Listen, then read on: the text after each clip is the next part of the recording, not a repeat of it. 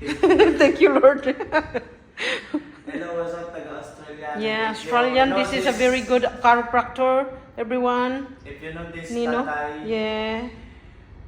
see you soon, Australia. It's really good, isn't it? Mm. And he made his own cream. Cream. In the Filipino, we call it haplas. haplas. That's it. We rub to the body.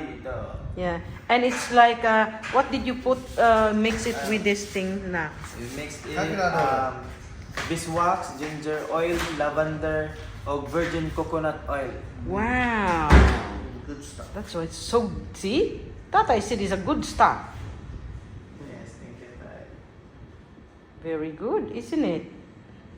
Tay, pagmantag-ilong tayo. Tata said he wants to change your nose into his nose. So, ano tayo? So, ano? What to call this? What is it? What's happened to his nose? Paris. What we call Paris. So tall. So tall. We are so flat. We connected. Our We flat- connect man of yours. Well, mine's an English nose. He's an English. He's got an English blood because his mom and dad is from England, British. But he born in Australia, so he's Australian man. Yeah, but the blood is not Australian. Well, you know, all Australians are British or Scottish because they're all immigrants. Been the first Australians That's in our prison. chiropractor. Thank you, Lord. They He's were convicts. very good.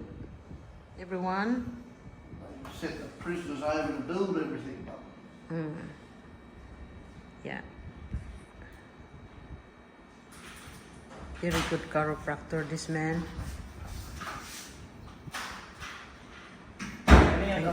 Thank you, Lord. Huh? Ano din lang yung mga pera? Wala na yung operasyon na.